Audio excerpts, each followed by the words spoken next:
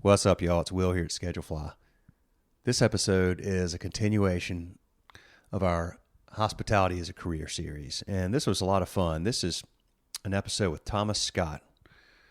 Thomas is a student at the Culinary Institute of America in Hyde Park, New York. He's currently on an externship for this semester. He's in Carborough, North Carolina at Venable Bistro, and the owner, Drew Moore, is a phenomenal dude. Drew's been on this podcast a couple times. I have a lot of respect for him. He's just a good person. It's very authentic, very genuine, loves what he does. And when I asked Drew if he had any employees that may be interested in being on this podcast, he immediately said, let me introduce you to Thomas Scott. So he thinks very highly of Thomas, and it's clear why. Sharp young man, good head on his shoulders, loves what he does, has big plans, and this was fun speaking with him. We did this via Zoom, and there were some audio issues on the front end. I tried to clean everything up, but if it trips you up any in the first couple of minutes, just it settles in and everything's good to go from there. So thank you for listening. I think I'm going to try to start saying this on most, if not all, episodes. If you have a chance, go give us a rating. Even better if you could throw a comment in there. Any comment would be great. But we've definitely learned that the more ratings we have, the more likely that the algorithms that help people find this show will be in our favor. So thank you. Thanks for listening. Enjoy this episode. Plenty more coming soon. Recording another one actually later today. Y'all have a good one. There we go. All right. So good. We're recording now. So you can still hear me okay? Yes, sir. All right. And cool. Can you hear me good? Yeah, man. Alrighty. Absolutely. All Hey, so first of all, introduce yourself. So my name is Thomas Scott. I'm originally from North Carolina, small town called Pink Hill, one stoplight, about 500 people. And then, I grew up cooking, was in the kitchen a lot. And then I had some family up in New York, and they suggested the CIA to me. So I went up there one year to check it out, and I fell in love with the place. And then started school there, and now we're here continuing the schooling at Venable, and I'm loving every minute of it. Where is Pink Hill? Pink Hill, it's about about an hour and a half from the coast. It's nestled between Goldsboro and Kinston, about halfway in between. Yes, sir. Yes, I thought so. I mean, I'm in Waxhaw down south of Charlotte, but I've spent some time in Eastern North Carolina. I knew Pink Hill was familiar. So, well, man, that's a long way to go from Pink Hill up to the Culinary Institute of America in New York. Now that's, is that Hyde Park? Is that right? Yes. Yeah. It's like, so in relation to New York City, it's about an hour and a half northeast of the city. Getting up and towards close to Albany and everything, but right beside the Hudson River. So my first year I stayed in the Angel Dorm, room 321, and had the amazing view of the Hudson River. Wake up every morning just to see the light shining off of it. It's a very beautiful campus. How long were you there? So I started in, September of 2020. And then, my projected graduation date is 2023 of September. So after I finish here, which would be about another 10 weeks, and then I'll be going to back to schooling for another year. Oh, so you haven't graduated. Okay. You're still in school. Very cool. No, sir. Okay. So yep. You guys, I get school credit to be here. Okay. How long are you there? Is that something where you do that for a semester or a school year, or how does that work? Yeah. So the way the schooling is broken up, you have cooking classes at the school, and then the school sends you out on an externship, which is a 14-week internship. You get to choose your restaurant you want to go to. You get to choose the cuisine. Some places pay, some places don't. So depending on where you can go, you can go and get school credit and get paid for a 14-week externship.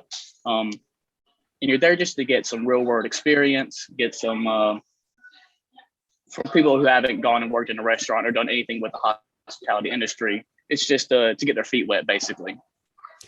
So how did you go from so tell me about that. You enjoyed cooking and everything, and then you visited. Yeah, but that's a big step, man. Did you work in restaurants when you were younger, or just? Yeah. So when I was maybe 12 years old, this Thai place called Ann's Thai, which is located in Beulahville, it's maybe about 10-minute drive from Pink Hill. It opened up, and it was a restaurant like no other around. All the places around Pink Hill, Beulahville are the traditional fried chicken, mashed potatoes, hush puppies, that sort of thing. So this authentic Thai restaurant opened up in Beulahville, North Carolina, and my dad was saying they're crazy. It's never going to make it. It's never going to make it. But they just celebrated their 10-year anniversary, so they are now a staple in the community. But I started working there when I was 14 years old, just as a line cook, when I was a prep cook first. So just chopping onions, carrots all day long. And then from there, I worked my way up through the positions as line cook, fryer, to one of the head chefs. So I worked there for about 5 years. And that's what really just catapulted. That's where I learned that I want to be in this industry. And that's where I found my love for it, I believe. Oh, that's so awesome. So you go up to CIA, and then you're here for your externship at Venable in Carrboro, North Carolina. How did you get connected with Drew and the folks at Venable? So the school has a website called Culinary Connect, and it's a website full of different restaurants. You have to apply to be on there, but it's a restaurant recognized by the CIA as somewhere that they want to send their students. So, Drew, he went to the CIA. He graduated, I believe, sometime early 2000, and I believe that he went ahead as soon as he graduated and put his name on the list, or had Venable on the list. And then so I was looking through the list, trying to find places. I was looking in Miami, California, a lot of places in Las Vegas, because the food scene right now in Las Vegas is very popping. But my sister actually helped me find this place. She went to school at UNC, and one of her professors loved Venable, loved it, and would not stop talking about it. So she was like, "You need to check this place out." So I went on the database, looked up Venable, and here it was. And I was like, shoot, this is right in North Carolina, close to home. I was kind of getting homesick for being in New York. It's because I was missing my sweet tea, I'll tell you that. Yeah. But yeah, it was on the website. Then I contacted Drew, and we connected, and he set it all up. And so I'm very, very happy and thankful for him that he's helped me get this far in my journey. Oh man, Drew is a great guy. Yeah, for sure. I've gotten to know him, the last few years, and he's been on the podcast, and just have a lot of respect for him. I think he's a really cool dude. And a very talented chef as well. Yeah, very talented chef. In fact, I had not eaten at Venable until a couple of weeks ago when I was up there and with a buddy of mine, and we were actually meeting with Drew about some stuff, and then we ended up staying and having appetizers, and we had, I think y'all have like 5 appetizers on the list or whatever that night, and we had all 5. And oh, wow. Yeah, because we had different places to go for dinner that evening, but yeah, we actually ordered like 2, and then Drew sent the other ones over. But boy, they were phenomenal. We had the one thing that was God, what was it? Oh, the calamari was prepared. Calamari is ooh. Yeah, it's a different way. It's not the fried like you used to, and it was like in this. Oh my gosh, it was fantastic. It was. Oh yeah, that's so good. Like you said, I'm used to the fried calamari, and I read the description. It's like couscous and some roasted tomatoes in there. I'm like, this is not the usual standard calamari we got going on here. And it's really good because my mom, she doesn't do a lot of fried food. She's more healthier, and she's also lactose intolerant. So having this calamari dish here, just suits all her needs. She was tickled when she saw that on the menu herself. Absolutely. Yeah. I guess your folks, you're not that far from home. They can come and visit. And, well, so, okay. So you had this great experience at the local restaurant, the Authentic Pie place. You go up to one of the best culinary schools in the country, if not the, and you're up there in the middle of that now. And then you, are going to be done with this externship soon. So you have another year, and then what? What's the plan, man? Is it to own your own place one day, or is it to move, like use, your culinary skills to travel around the world, or maybe both? So definitely want to travel around the world. Want to get all the experiences under my belt. I want to go to all the different continents, taste all the different authentic cuisines.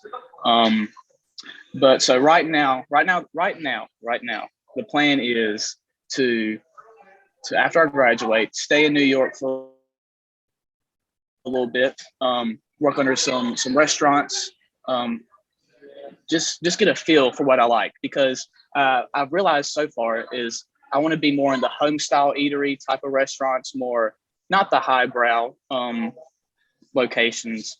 They have their place for sure, but my taste are more home style cookery. So going to go around, try different places, see what I like, and then hopefully get a stage under an already established chef and build up my reputation from there. And then hopefully come back to North Carolina. Hopefully Wilmington is my goal right now, and open up an Asian fusion restaurant there. Nice. Okay. Good, man. I love this. This is a good plan. And of course, plans change, like you said, for now. But well, a couple of things. One is, let's stay in touch, because we serve hundreds of restaurants up in New York, are our customers. And so we have a lot of good relationships up there. So as you're looking around, maybe there's a way we could connect you with some folks. I mean, I know that labor is hard right now, so I'm sure that maybe it won't be super challenging to find a job in a good place. I don't know, but I mean, there's probably still lots of competition in New York for the kinds of places you're wanting to be. And if we can help, well, I'd love to do that. And then, we're just a small crew, man. There's 5 of us, and I'm down here in Waxhaw, but three guys are in Wilmington. So we have a lot of love for that area, and man, that's a good place to be, my friend. So yeah, for sure. So what is your company exactly? I don't know much about y'all. Are y'all restaurant suppliers? What do y'all do exactly? Yeah, that's fun. I noticed that you weren't on the, so you're back there cooking with Drew, and you're on a short-term thing. So you wouldn't need what we have, but our company is called Schedule Fly, and we are a restaurant employee scheduling software. So when Drew or his GM, it's actually the GM, and I can't remember her name, a really nice lady. I met her when I was there a couple of weeks ago. But when she sits down or maybe just the manager, but when she writes the schedule for the week, she uses our software. So instead of like pencil and paper or Excel or whatever, we have a web-based software, and then she goes in there, schedule in, and everybody gets their schedule emailed and texted to them and so forth. And, just a simple monthly subscription software. And Venable has been a customer for a long time. Super convenient, it sounds like. Because, I mean, I know in the past I've had so many headaches and issues with, the boss, I was supposed to go in, but the boss didn't tell me, or like the person I was supposed to tell me didn't tell me. And it's a back and forth of trying to figure out when I'm actually trying to work. It's not even, I've not even messed up by going to work yet. It's not even going to work. They forgot. Yeah. Well, that's exactly why we do this. And those are the same. In fact, so there's 3 of us that are partners in the business here, and Wes Aiken, who founded the business initially, because he used to write the schedule at the Bridge Tender, which is down there in Wilmington, right there next to the bridge over to Wrightsville Beach. And 20 some odd years ago, whatever, he wrote the schedule, and it was, as soon as you put it up, there's like, you post it up, and then everybody's like, I can't work then. And then shifts are trading, and the schedule just gets completely changed. And it's just a mess. So the idea here was, like anything that changes, it just, it's all web based. So it's just real seamless. And so forth. But get Drew to show it to you sometime. And definitely, I will have to. Yeah. So but yeah. So we've been doing this about 15 years, Thomas, and we have about 6,000 restaurants around the country, that we're fortunate enough to serve. And so Amazing. yeah, man, it's been sort of word of mouth, and we don't have any salespeople. We just kind of been one customer at a time for 15 years. But the reason I'm talking to you right now is because about, I don't know, 7 or 8 years ago, we started doing a podcast, and we thought it'd be really cool because we serve so many awesome restaurant people around the country. We started out just interviewing restaurant owners, and that's how I got to know Drew. I saw he was a customer. I was like, hey, you want to come on and share your story? And so that's how that happened. And then lately on this podcast, we've been doing a series called Hospitality as a Career. And I've asked the owners that I know, hey, who do you have that is passionate about what they do, that's good at it, that loves it, that is making it a career, that would like to come share their story. And when I was there a couple of weeks ago, when I was with Drew, he's like, I got the perfect person. Like I know somebody that would be perfect for this. I'm going to, give you his contact info. And so that's, here we sit. Yes, sir. Yeah, was I here for maybe 2 weeks, and he walks up to me and says, hey, you want to be on a podcast? And I was like, well, shoot, since the pandemic has started, I've really fallen into love with podcasts. And I thought it'd be an amazing experience to be able to tell my story, my history. Well, I tell you what, man, get on there and get, of course, your episode will be on there the next day or so, but it's called Restaurant Owners Uncorked. And you can, we've done like 300 something interviews over the years. So if you're, dialed into listening to other owners from around the country, sharing their stories and all kinds of stuff, man, I think we're 320, 330 episodes now. And it's good stuff. I mean, Wow. Drew is on there. I think he was on there maybe a year or two ago.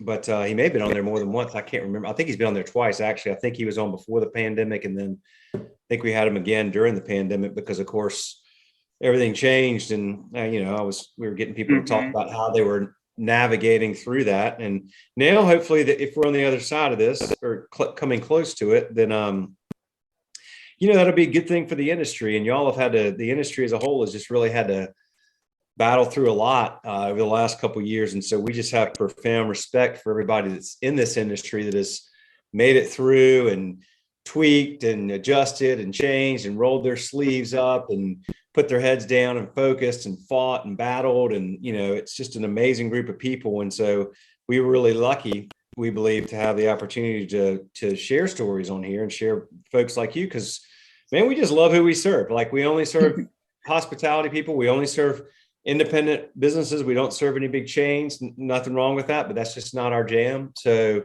we get to, a lot of people that, are just cool people like Drew, a lot of them out there. Yeah. What really, when I got into podcasting, it was around, like I said, the quarantine was just starting to hit. And I was listening to a few different restaurant owners podcast, and everyone had a different way of handling the quarantine situation. And that's what I love to hear about, was everyone's different experience and then what they were doing to adapt, because what was working for one restaurant couldn't always work for another restaurant. So everyone had a different plan set in motion, and just to hear the people's stories about how they were battling, like you said, it does create a profound respect for these owners having to adapt their whole business model for this time. Well, you know what? The industry definitely has changed. Mm-hmm. It's changed a lot. It has. And it's probably ultimately going to be better off and stronger for it. And there's been a lot of good positive changes. One of them being, people are just having to offer more benefits and pay better. And just, that's changed for the employees benefit for sure. And really for the ultimately for the whole industry, it'll make it maybe perhaps more sustainable as an industry. But you're smart to want to travel around and learn, because not only you learn different cooking styles, but you'll learn different management styles, and different approaches to running a business, and then you'll take from, different lessons from different owners and different experiences and figure out your own way. I mean, there's one thing I've learned over hundreds of over the years. There is no playbook for success in a restaurant. There's no specific plan. It is, there are many ways to go about it. But typically the folks that are good people, that are authentic, that are genuine, that are honest, as in most businesses, they figure out a way, and they're successful. Yes, they do. One of them for sure. Mm-hmm. And that's what kind of one of the things I love about the industry is, well, not the change this time. This is, I'd say, with a change for the worse, but every service, no two services are the same. There's always hiccups, and not the same hiccups, and just experiencing that and being able to overcome those challenges is what makes me go into work each day. Is what I love, is trying to create this new dish for a customer who has celiacs and is lactose intolerant. You have those challenges every day, and being able to overcome those is that what I believe is being a chef is all about. Love it, man. If you got the right mindset, my friend, that'll go a long way. Being adaptable like that and having a growth mindset. And I think that's awesome. Your folks should be proud, man. You're doing a lot. You seem very, very mature for your age, much more so than I was at your age. That is certain. And I know my mom would love to hear that. Oh yeah. Well, I hope they'll listen. And I think you're a really impressive young man, and you got clearly a good head on your shoulders and a good work ethic and a lot of passion for what you do. It takes a lot of people a long time if they ever find something that they're really truly passionate about in life. So it's wonderful to have that opportunity at a young age to figure that out and know, where your head's at and what you want to do, and helps you have a really focused path, and you'll do great things. And, just keep surrounding yourself with great people like Drew, and things will always, they'll always work out for sure. Yeah. Drew has been so helpful so far. He's let me create my own specials. He's just really, really watered me like I'm a seed. He's let me go off, and he's always there by my side. If I ever have a question, he's always there. But I think I was lucky to find my passion for cooking so early in life, because I feel like most people, they have a time trying to figure out what they want to do, and then they pick a job that they don't like, and then they're in that environment and they don't like it, and that's not good. So I'm so blessed to find my calling so young, and already be in the industry and working to work my way up the ladder. What are some other places there locally in Carborough, Chapel Hill that you like? So I'm living actually in Cary, which is like about a 30-minute drive from Carborough. Yeah. So that's where I know the food scene more, and around there. So I'm a quarter Chinese. I've grown up eating Chinese food, love all different types of Asian foods. And Taipei 101 and Taipei Cafe, I believe they're both located in the Cary area, but they are some phenomenal, authentic Asian restaurants.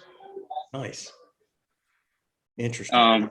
I'll check them out. My dad actually lives in Cary, so I'll check those out. For sure. But up here in Carborough, Venable, one and only. Y'all come on down. Yeah, I like it, man.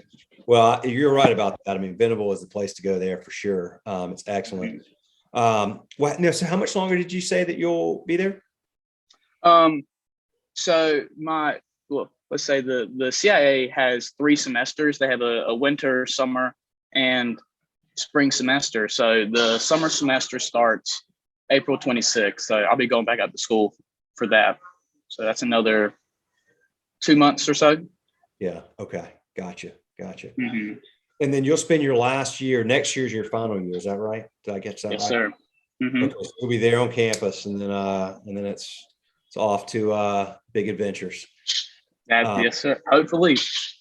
Listen, I do want you to stay in touch. I'm serious. Like if you, a year from now or whenever it is, if it's, when you start looking around in New York, I mean, if you need any help or whatever, just let me know, man. I'm very happy to connect you, or anything I can do would be more than happy to do it. And I appreciate you taking the time to do this very much. Yeah, no problem. Thank you very much for offering your services, because I know it sounds like a really good service, and I would definitely be in contact with you later for that. And thank you so much for having me. I've really, really enjoyed this.